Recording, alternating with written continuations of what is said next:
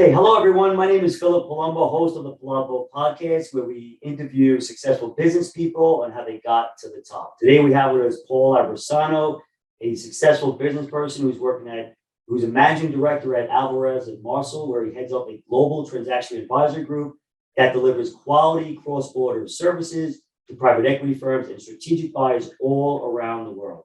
So, Paul, thanks so much for today. Totally looking forward to this. I appreciate the time. Yeah, no, thanks for having me, Phil. I appreciate it. And in honor that we're filming this on the first day of the Masters, I know you have a suit on, as you should, but I wore this, one of my favorite days of the year, day one, round one of the Masters. I only felt it was appropriate. So I love it. Paul, this is my favorite time of the year. I know, me too. It really is, right? Especially on Sunday, right? Hopefully it's a close match and you have that, that great celebration at the end. So I'm so super Nothing excited. like it. Nothing like it, right, man? Like no other.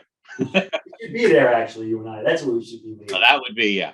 I was fortunate enough. I was there last year, which is where I got this. I was very lucky. Oh, nice. My first time. Good for you. Good for you. Great experience, right? Oh, phenomenal. Really enjoyed it. Yeah.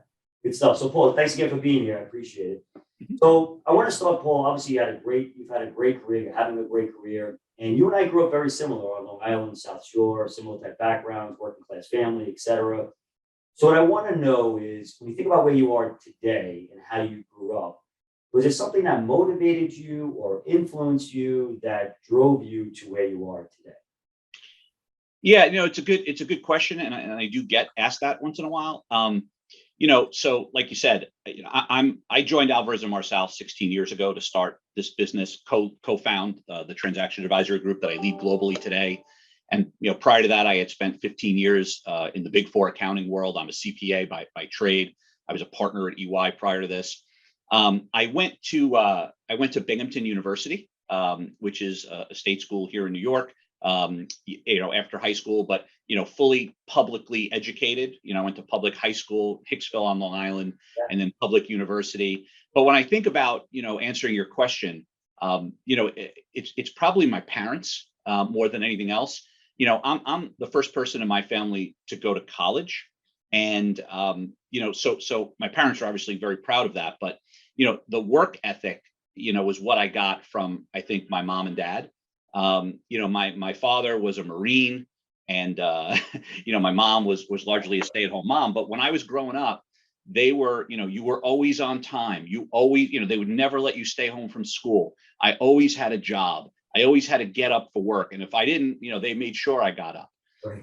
So I held a lot of jobs. Growing up, I used to valet park at a country club. I used to sell sneakers at a sporting goods store, and I had my own landscaping business. I started off in 8th grade. I was delivering newspapers, but my father, did a lot of things around the house himself. Mowed his own lawn, changed his own oil in the cars. Things that, Phil, I'm sure you're not doing too much of these days. Neither am I. But I remember my dad telling me that you needed to do well in school, focus, work hard, so that you can get out of this. You always want, as a parent, and I could relate to that now that I have 3 daughters, but you always want your kids to do better than you, right? And listen, we grew up just fine, with my parents. That was no issue. We always had everything. But my father in particular really instilled a work ethic, not just by example, because he always was working hard, and when he wasn't working, he was doing stuff around the house, but also, instilled it in me, making sure I got up. And, it was kind of like some tough love and some real discipline. And my mom was the same way. You'd get up and you'd be lazy and you didn't want to go to school. You went to school. There was no doubt about it. They were on me for the grades. And so I would say it was probably my parents who instilled a work ethic. Because, what I say all the time, there's always going to be people who are smarter than you, but no, I'm not going to let anybody outwork me. Yeah. And I'm all about the hustle and the growth. Awesome.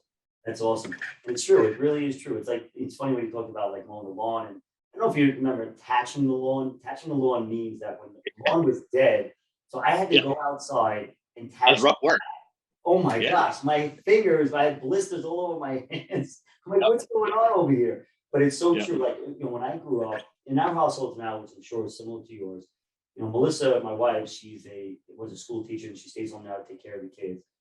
And it's this constant education going on in my home. My wife constantly working with my kids, and we're pushing them. We're reviewing their grades. If you didn't get a B, if you didn't get an A or an A plus, well, why is that? In my household, it was all about, did you get a job yet? Did you get a job yet? Go to work, go to work. So, I mean, it wasn't like education wasn't unfortunately instilled on us. It was more about when you're getting a job, you want to get to work. And literally, I think the same as you, Paul. Exactly. I was 13 years old, started my first job, and I was cleaning dishes, mopping floors, and but that's what I think drove us to where we are. Like you said before, like it's not about being the smartest person, although it's you have to be intellectual and you have to be smart and all that type of stuff. But it's more, it's the work ethic that really gets you to that next Yeah, level. I mean, what I always say, and I was just up the last 2 days, is very timely. I was just up the last 2 days guest lecturing at Binghamton University, where I went to school.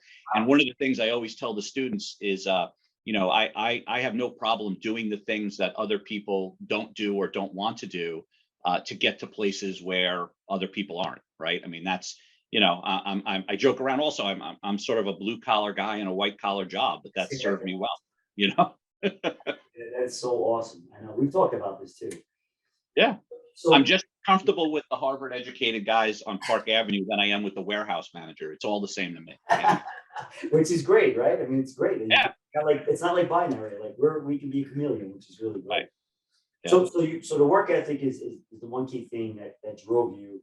Did you have a vision when you were younger in terms of where you are today? Did you ever think that you'd get to the level to where you are today? No, I honestly, I never did. I'm very lucky. I'm very lucky. I'm very fortunate.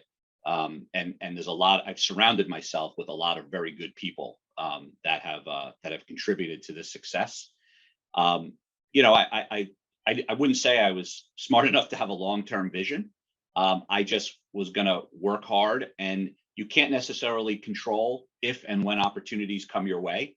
But I was smart enough when certain opportunities came my way to entertain them, and I was fortunate, that I made the right decisions. In hindsight, I didn't know it at the time. You think you're taking risks and whatnot, Yeah.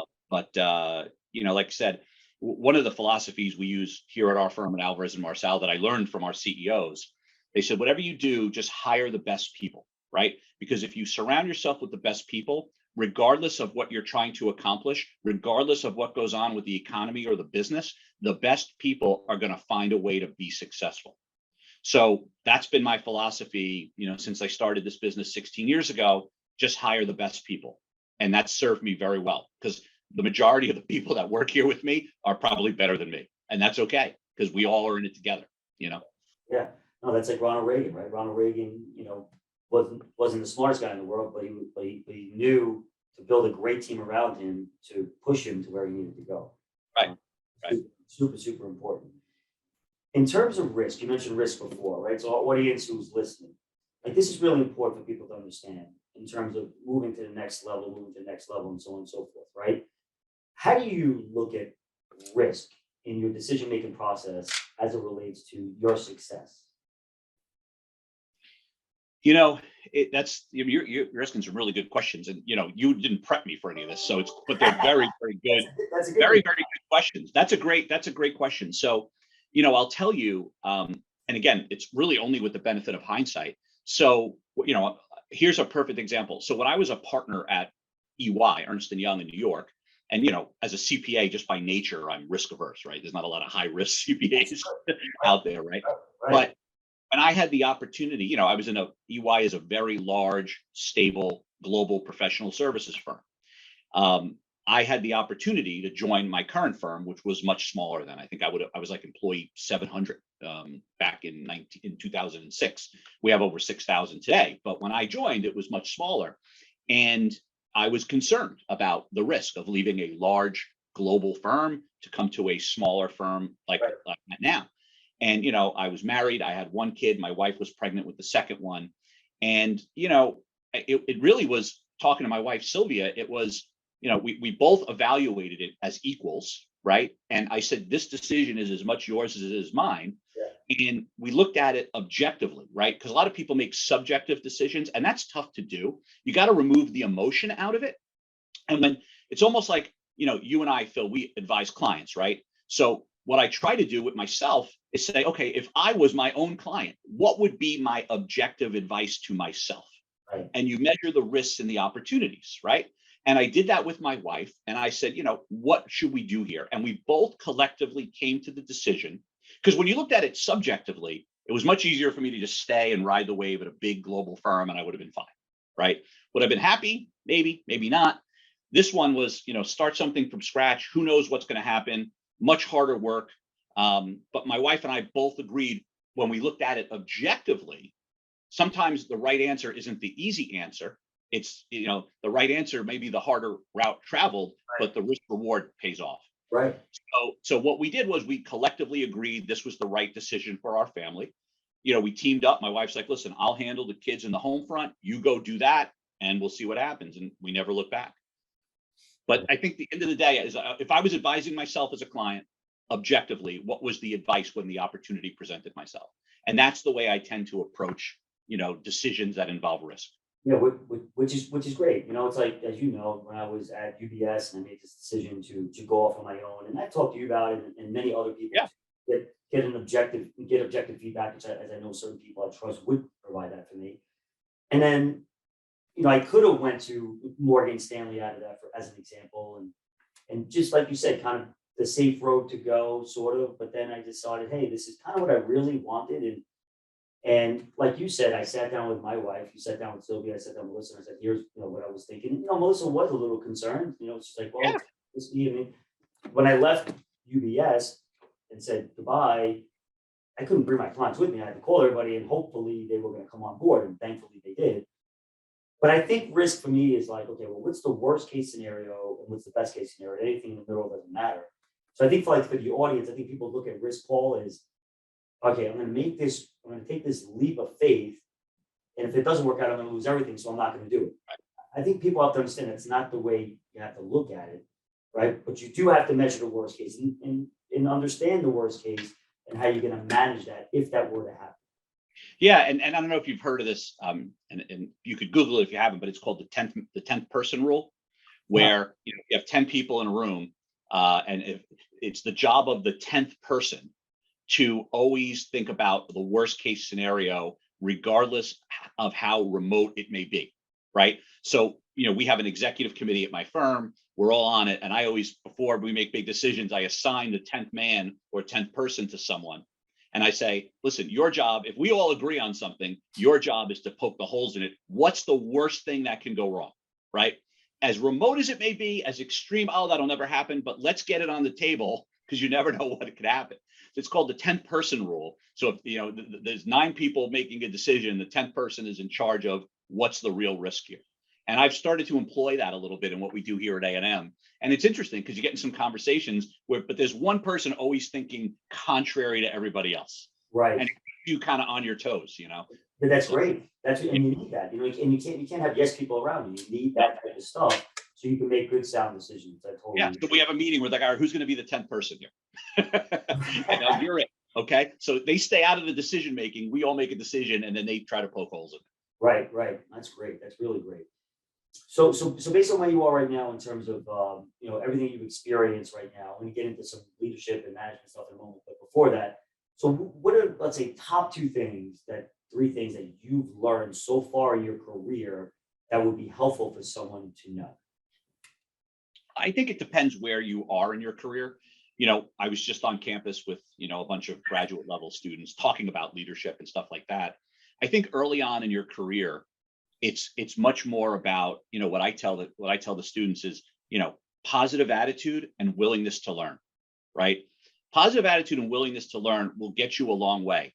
If you're always, like nothing's beneath me, whatever I got to do to be successful, whether it's competing with clients, competing for people that I'm trying to hire.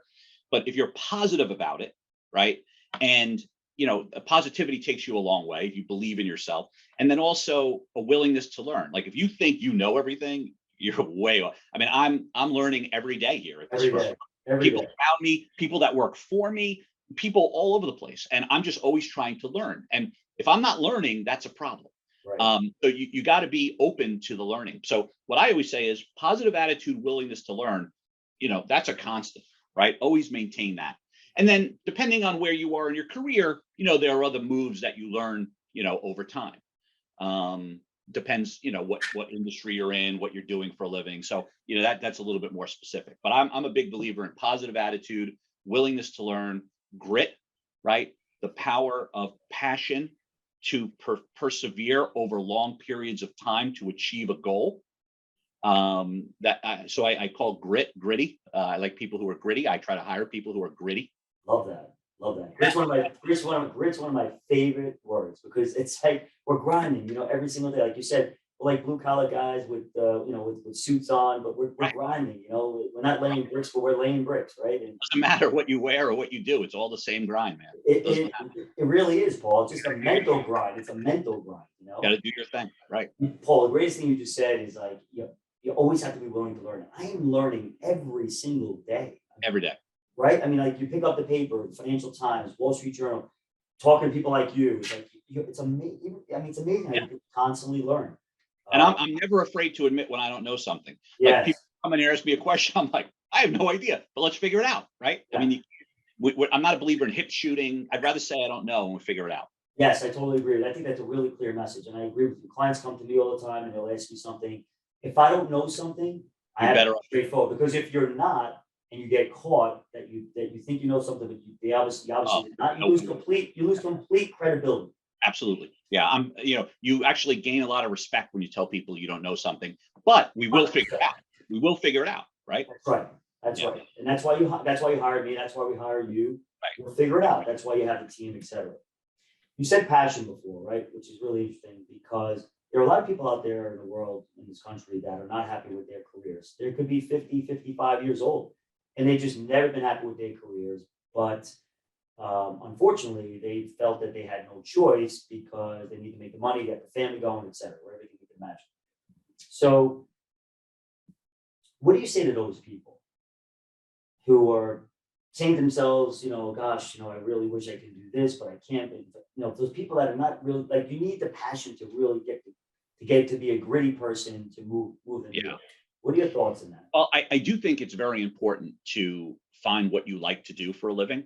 Some people just go for the money and, no matter how much money they pay you, if you're unhappy getting up in the morning and it's cold and dark and you're going to work, what are you going to do? You're going to look at your ATM receipt and be like, hey, this is great. Like, it just doesn't work, right?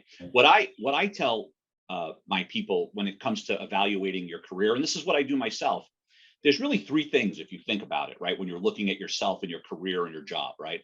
Number one, do you like what you do for a living, right? That's number one. I happen to really like what I do for a living. Number two, do you like who you do it with, right? Surround yourself with people. I mean, I'm at a stage in my career now where I only want to work with people that I like. When I was younger, building a business, maybe I would tolerate certain behavior. Now, that's it. Both either clients, my own people, surround myself. So like what you do, like who you do it with. But then lastly, are you being treated fairly, right?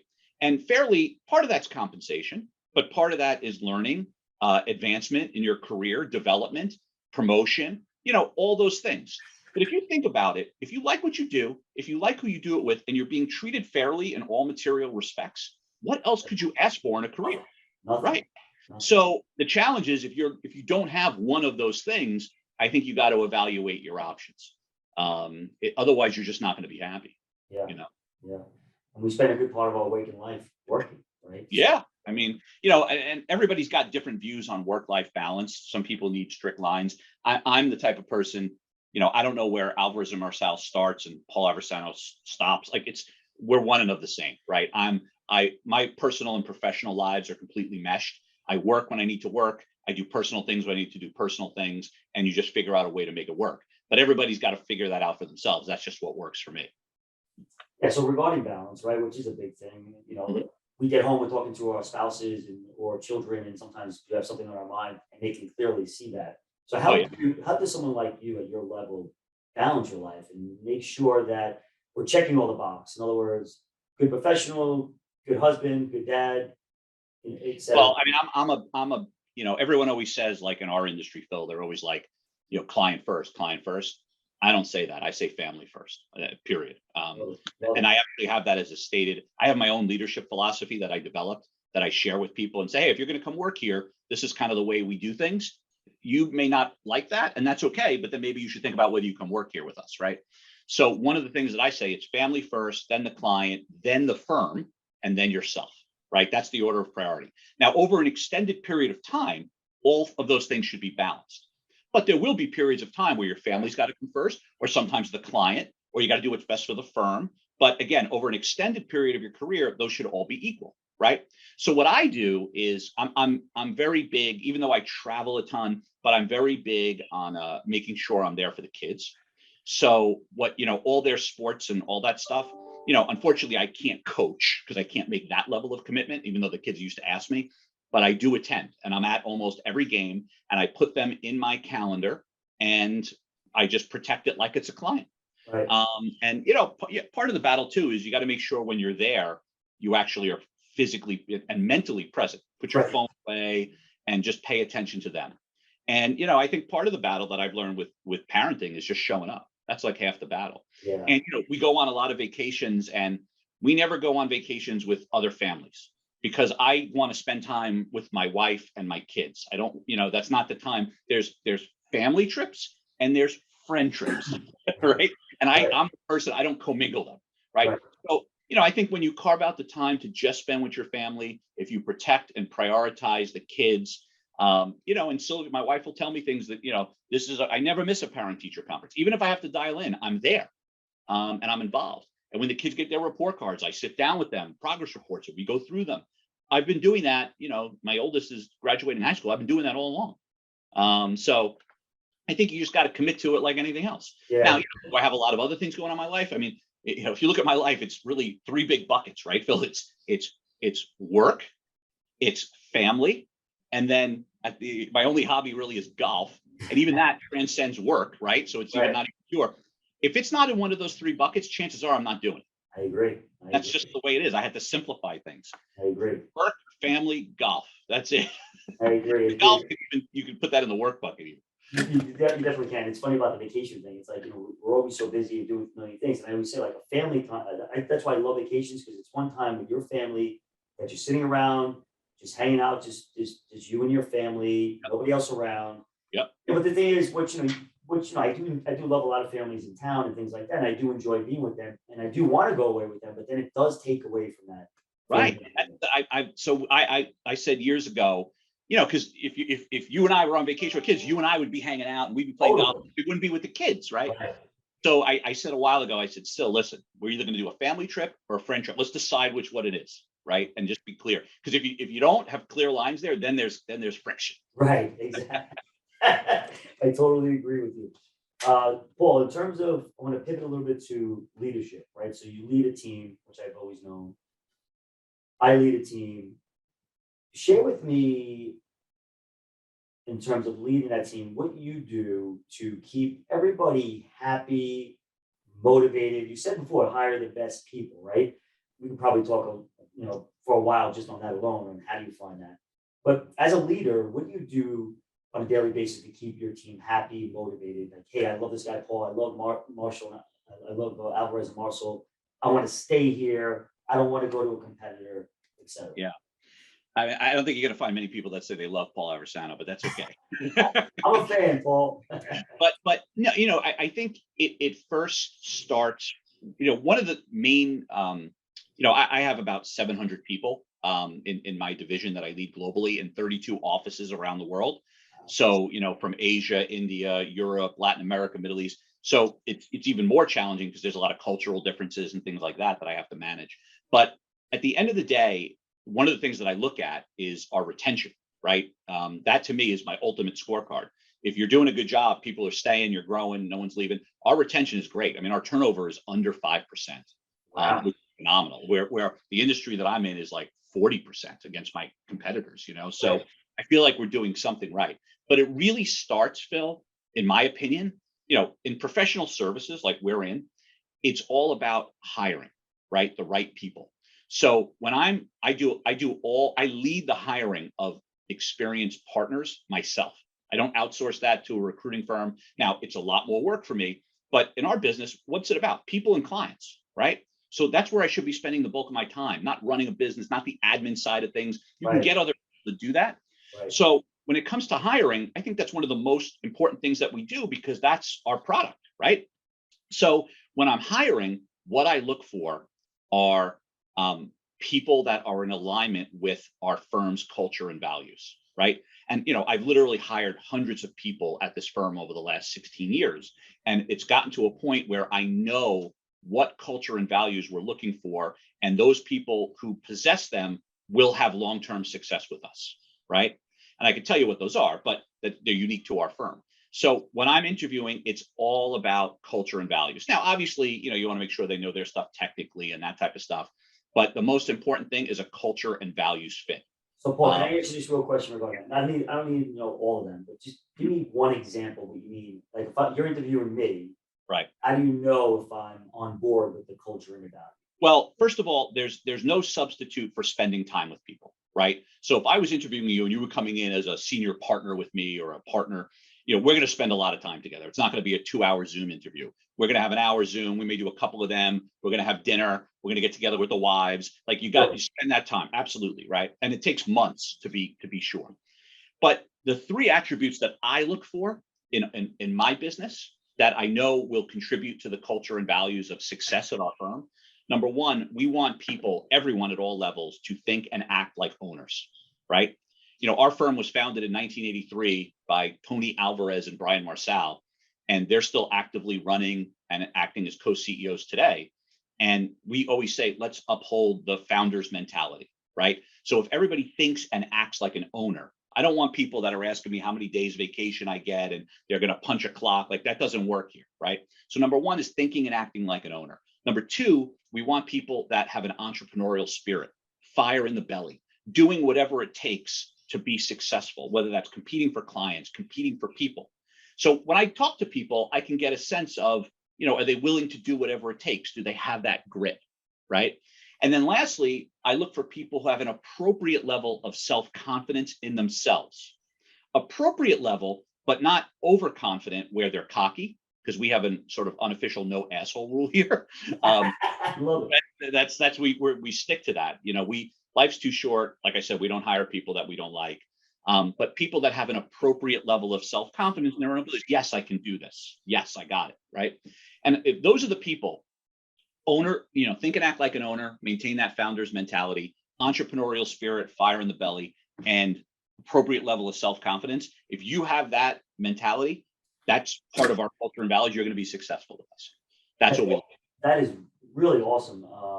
I just finished a book. Actually, I finished it a couple months ago. Reed Hastings, the owner of Netflix, right? He wrote about it, and when he wrote about it in the book, he said, and this is what I was going to ask you next in terms of pay, right? So, like, he says, pay your people to the point where if they go to another competitor, that that they're not going to get a better deal.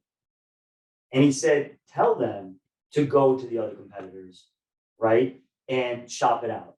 And you'll come back if I'm not hitting it, so my point I'm telling you is I love the whole idea in terms of self-confidence, entrepreneurial spirit, all those things you talked about. What percent would you put pay in terms of keeping people in their seats, et cetera, as it relates to the whole package?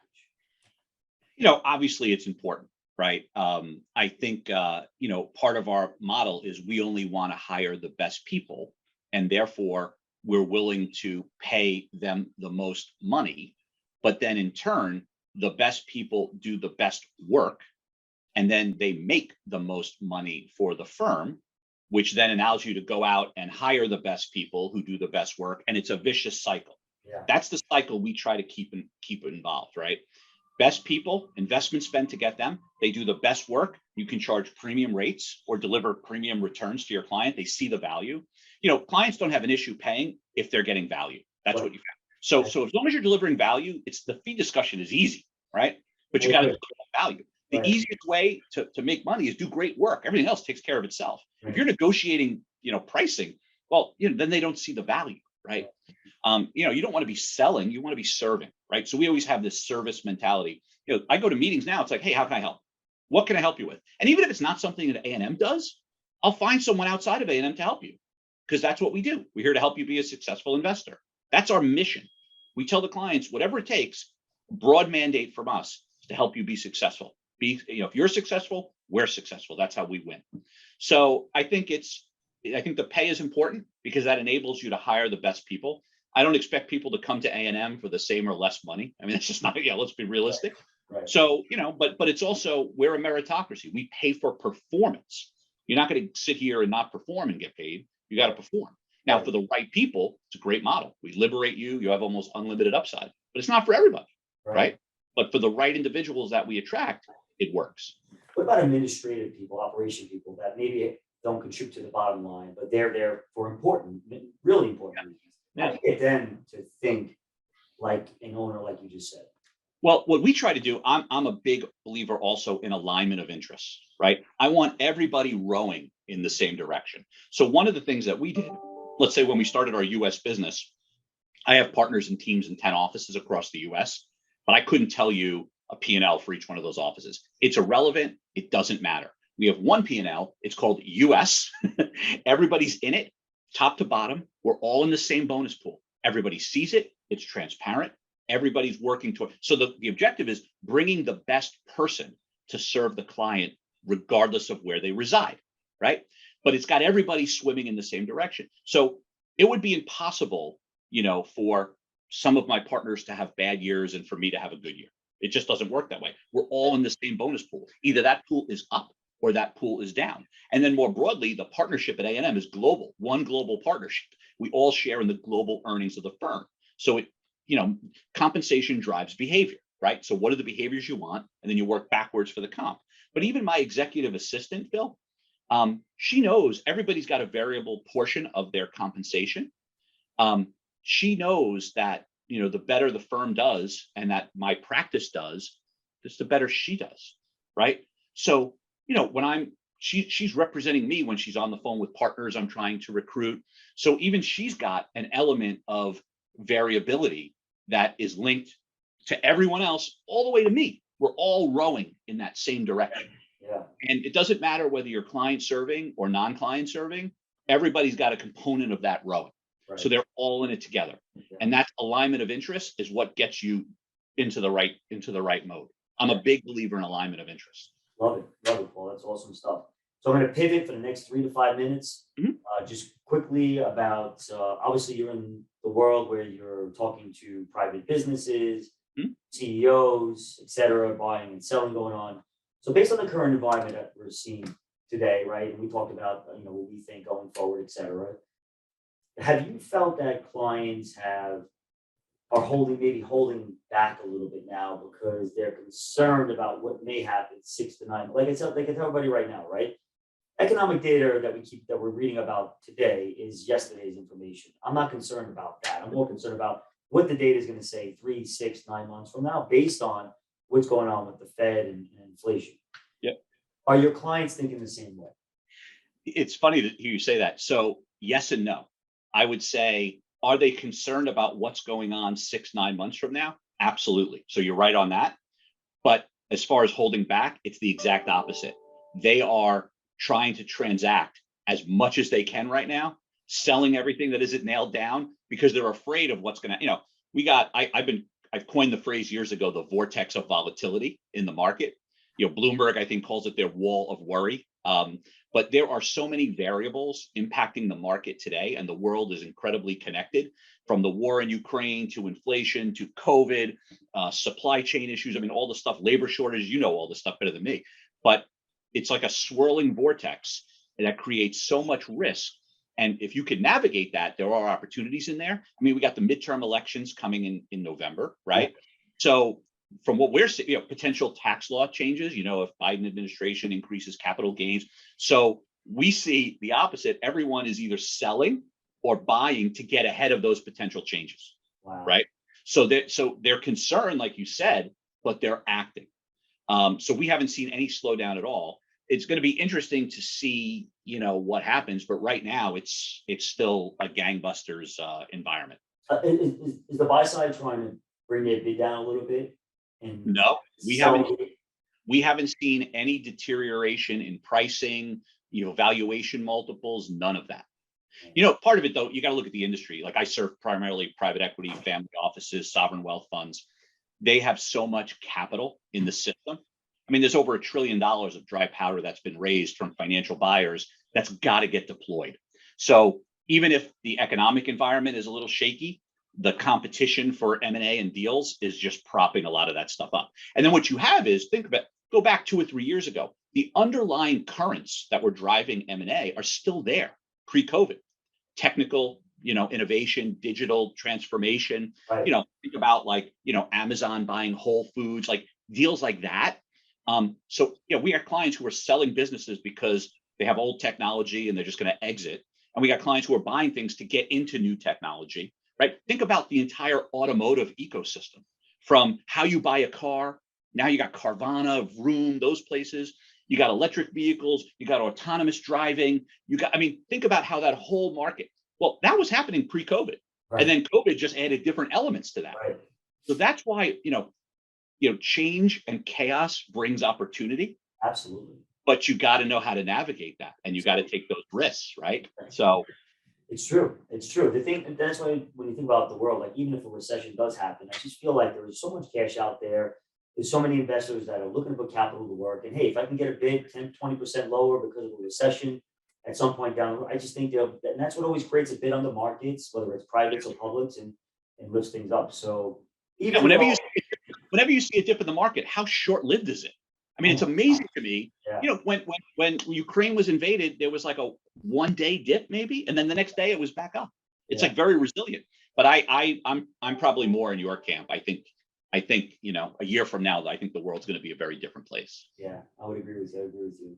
Paul, this is, I want to just quickly on the audience summarize some of the key points that I wrote down that I really enjoyed listening to and learned from. Number one, hire the best people. 2, work ethic is a big part of your success. Always learn, positive attitude. Don't make subjective decisions. The 10-person rule, love that. I'm going to look that up on Google and learn a little bit more about Good that. I love it. I love it. And you don't sell. Hey, Bill, Sure. people pay a lot of money for this knowledge. I'm just giving it to you for free. So just It's funny. As I'm doing these podcasts, I'm saying I got to create these summaries. I could probably create a book out of it with all these great knowledge that I'm getting. So this is great, Paul. Right. I really appreciate, appreciate the time today. I look forward to playing golf with you. Let's get out there together. We'll do a home away type thing, and maybe we'll go to the Masters together next year. I love it. Go Tigers. All right, man. Take care. Thanks, Thanks. Paul. All right.